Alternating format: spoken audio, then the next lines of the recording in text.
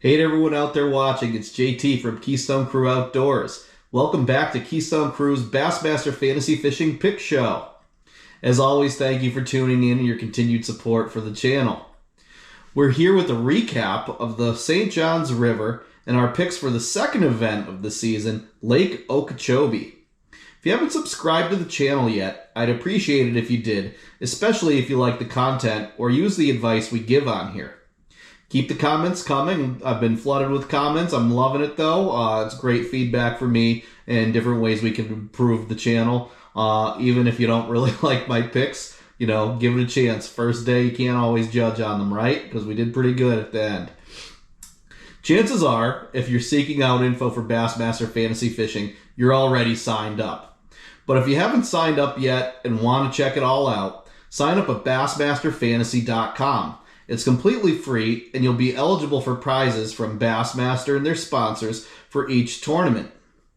After signing up, search in the Groups tab for Keystone Crew and join our group. I can't believe it, but we're up to 244 players in our group this year. Huge jump from last year. We had about 60-some people last year. I do think it's the prize effect, though. We're giving prizes this year, so people are signing up. I can't help but notice, though, that I'm only at 192 subscribers, so that math doesn't really work out. So please, if you're part of the group, remember to subscribe to the channel, too. I'd really appreciate it if you did. Remember, you can always watch these tournaments every Saturday and Sunday on Fox Sports 1. Oh, and now the Roku channel as well. I believe they do the Thursday, Fridays, and some of the weigh-ins on Roku. I was playing with it a little bit. You had to search for it at one point. I do believe Bassmaster's getting their own little channel on there, though, so we'll see. Before we jump into the picks, here's a quick recap on how our picks did at the last event at the St. Johns River. Huge congratulations to Bill Owen. How awesome was that to see him win? He had tears in his eyes, and it's nice to see the win really mean something. I know it means a lot to a lot of the anglers, but they don't get as emotional. Just the emotion that he showed, and all the other anglers kind of rallying behind him when they were on camera and stuff, saying, we're pulling for him. It seemed like nobody could say a bad word about him. I didn't see it coming, but it was great to see what seems to be like such a nice guy win the event. All right, first, if you had a perfect roster, this is what it looked like. Jay Shakurit finished higher than Garrett, but Jay ended up with 300 fantasy points, and John had a bonus, so he had 325 points. So in case you were looking at the math on that, that's why Jay was not in the perfect roster. The winning weight was 73 pounds, 14 ounces. We were off by 10 pounds. We said 83.14. It sounds like a lot, but really there it's like one fish. It could be a 10-pound fish there. Here's how our Bucket A power rankings finished. We had two anglers finish in the top 10, with Corey Johnston finishing 5th and Patrick Walters finishing 9th. If you went with Chris Johnston, a top 20 is still solid. Hopefully you didn't go with Lester or Fothergill here, though. I really thought they'd have a decent derby here, but at the end it's all just a crapshoot. In Bucket B, our power rankings had one in the top 10 with John Cox finishing 8th, and our next best was Wes Logan finishing 11th. Not sure what happened to Benton, Cook, or Blaylock here. In Bucket C, it was definitely our worst picks overall. Our top-ranked angler, Greg Hackney, stumbled out of the gate with an 88th place. Tough bucket with our highest being Schmidt getting that 31st place. In Bucket D, we had a middle-of-the-pack finish with 3 of our top 5 ranked finishing in the 30s. Not terrible coming out of Bucket D, but we definitely want better. And finally, in Bucket E, we had a bit of a tough one here, too. Luckily, it didn't hurt us too bad, with Dakota Eber finishing 60th. Definitely wish we went with Cifuentes here. I just didn't have the confidence in him after last season. If you went with all of our top-ranked anglers from our research picks, you had 2 in the top 10, with Chris Johnston finishing 5th and John Cox finishing 8th, which is awesome in this game to start the season. Hackney and Eber did kill us, though, so we definitely have room to improve.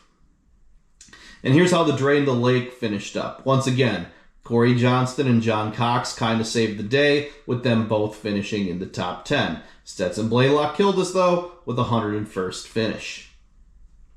Here's a look at our leaderboard for Rapala Bassmaster Fantasy Fishing through 1 week. We've got Wally 11, K. Waller in first. Ralph T. Purcell in second. Hopes H. Seavolt in third. McStir 1944, A. Van Gilder in fourth.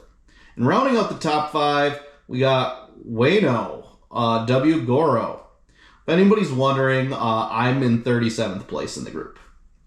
If you use the top-ranked angler in the Keystone Crew Power Rankings, you're sitting with a respectable 88.7% meter. Definitely room to improve, but after one event, especially Florida, the way we've been picking, and it's been my kryptonite, we'll take that. Our top-ranked player for the event, for the Keystone Crew Fantasy Fishing Group at the St. Johns River, was Wally 11, K. Waller. Congratulations, you won our first prize of the season, a Strike King Hybrid Hunter. Be on the lookout for an email from us to get your address so I can mail that out to you as soon as possible. All right, and through week 1 for Falcon Rods Drain the Lake Challenge, we've got Mo Lures, Mo Problems, C. Morning in first. S. Young 86, S. Young in second. LA Rams Fishing Team, B. Johnson in third. TJ King 6300, J. King in fourth place. And rounding out the top 5, we've got The Jimbo, J. Rhodes. If anybody's wondering how I did in that group with Drain the Lake, I'm in 29th place. If you use the Keystone Crew Drain the Lake picks, you're sitting with 91.3%. I'm pretty happy with that so far through one event. You can't ask much better to be in the high 80s, low 90s after the first event. Our top-ranked player in the Keystone Crew Drain the Lake group for the St. Johns River was Mo Lures, Mo Problems, C. Morning. Congratulations, you won the first prize of the season for the Drain the Lake Challenge, another Strike King Hybrid Hunter. Be on the lookout for an email from us just so I can get your address and get that mailed out to you. There's no leaderboard as far as I'm aware for TH Marine Pick'em Challenge, but even though my picks were horrible, here's a look at how we did there. Now we checked out how our group is doing, let's find out what the group is playing for this week in Event 2 Lake Okeechobee for Rapala Fantasy Fishing and Falcon Rods Drain the Lake Challenge. Remember, I'm in no way, shape, or form sponsored, and I'm very small time. Use my own finances to fund this. Also remember, our overall winner for each game will receive one of these prizes at the end of the year in the overall prize pack. So if you didn't win this event, there's still a chance to score one of these awesome lures at the end. Bear with me though, like I said in our last video, it's the first year I'm trying to do prizes. There's going to be hiccups, I know that, getting them all out to you with communication with the emails and stuff. So still got to work out the kinks there. And I'm also going to probably close the group soon because we don't want other people coming in swooping on when they find out that we have prizes. I want all you guys who have been with us from the beginning to have a fair shot at that. To see all the prizes that we are offering this season, go look at our kickoff video showing off the prize lures from Spro, X-Zone, Rapala, Strike King, and Berkeley. Hopefully when the ice thaws up here, I get to make some of these videos here in Pennsylvania. Anyway, that's enough rambling about the prizes. Let's see what Katie actually picked for this week's prizes. All right, guys, let's see what we're playing for this week. Katie's here, and she's going to look in. Well, not look in. We don't want her to peek, but we don't want her to get hooked either. So let's see what we're playing with for in week 2 here. Ooh, all right. We got some X-Zone Stealth Invaders. We love these things, especially up north, smallmouth killers. So this is what you guys are playing for in Drain the Lake and Fantasy Fishing this week. This week we're playing for these awesome X-Zone Stealth Invaders. I love these things. They're great as little swim baits. You can use them for drop shots. We catch tons of smallmouth, big smallmouth on these up at the St. Lawrence. So I'm pretty excited to share these with you guys, get them out to you. You can fish them multiple ways, drop shot, Ned, or as a swim bait. Now that we know what we're playing for at this event, let's jump into the second event for the 2025 Bassmaster Elite season. From February 27th to March 2nd from Okeechobee, Florida, it's Lake Okeechobee. Second stop on the Elite Series takes us to our final stop in the Florida swing, which was Lake Okeechobee. Also known as Florida's Inland Sea, or the Big O, Lake Okeechobee is the largest freshwater lake in Florida. It's the 10th largest natural freshwater lake in the 50 states, and the second largest natural freshwater lake contained entirely within the contiguous 48 states after Lake Michigan. Okeechobee covers 730 square miles and has an average depth of about 9 feet and is so large that you can't see across it, giving it the feel of a tidal ocean. Vegetation is key here, though. The lake has experienced high water conditions, which has been unfavorable to supporting growth of the offshore vegetation and a lot of the other open water areas. So I expect that it's going to probably be a shallow water bite, which plays into some sight fishing. So we'll have to see how that goes. The last Elite Series events at Okeechobee were in 2017, where Timmy Horton won with 83 pounds 7 ounces, and then in 2023 with Tyler Rivette winning with 86 pounds 15 ounces. I did have to dig into some of the opens and stuff like that. You know, Scott Martin won here.